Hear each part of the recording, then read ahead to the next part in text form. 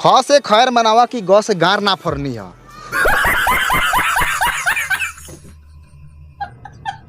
खाली 100 से शॉर्ट फाटल है, म से मुंह पर च से चोट लागल। का हाल बा भाई लोग, ठीक बनू? आशा विश्वास करो तनी कि ठीक हो या भाई ठीक रहे के चाहिए। भाई ई वीडियो बनावे के मतलब सिर्फ इंटरटेनमेंट के लिए वीडियो बनाता, ना केहू के दिल पर ठेस पहुंचावे खातिर। भाई वीडियो देखिए, देख के हंस के भूल जाइए। ए बाबू ए अरे आवा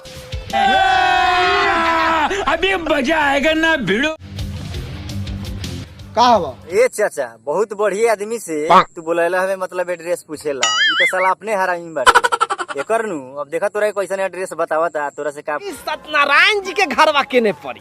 सत्यनारायण जी, वार्ड नंबर 16। रुको जरा सबर। एगो काम करी, आगे जामे एगो लाल घर मिली, ओकरा सामने। बस बस बस। ए चाचा जी, जब एड्रेस पूछले बड़ा नु तो पूरा पूछ के जा, बात तो सही है। दौड़ना तो पड़ता है।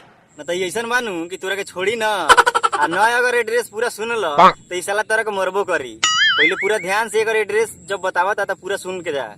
अब चल जम तनी से भुलात रहनी हम। बताओ तो नहीं तो पूरा सुनल करा। झारा छोड़ के आयल बानी। देखो ई कहता नु कि झगड़ा छोड़ के आयल बानी, जब बतावा तानी तो पूरा एड्रेस सुन के जा। एगो काम करो, पूरा एड्रेस चुपचाप सुन लो। जबरदस्ती बा, जसे जथी मन करी तसे तथी कहबो। समझ ल कि पूरा जबरदस्ती बा। जब एक बेर उठान लेलन कि पूरा बताइए के छोड़िए, पूरा सुनिए के जाए के पड़ी। अगर न सुन के गेल तो समझिए कि तोहर ना इज्जत बची ना तोहर कपड़ा बची। चला जा भोसड़ी के आगे जो आगे एगो लाल घर मिली, ओके सामने एगो बेड़ी बा। ए हम जान के नहीं तो हम उनका काय सुनी ना सुनबे।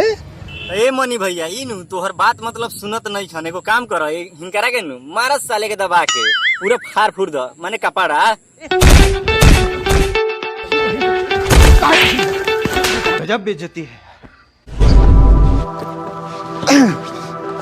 पिटाए से पहले अगर सब बात सुन ले रहत तो इतना ननु पिटाए के पड़त, अब मजा आ गेल। नहीं। देखो तो अपन हालत, पूरा कपड़ा उपड़ा लोग फाड़ देन मार के। एगो काम करो, कपड़ा आगे जाके बदल ली है, ना तो वैसा जाइब तो कहता हूँ वहू जाना तोरा के मारस ले। कैसा लगा मेरा मजाक? अगर वीडियो थोड़ा भी अच्छा लागल हो तो प्लीज भाई चैनल के सब्सक्राइब कर लिया, एगो लाइक कमेंट शेयर मार दी है।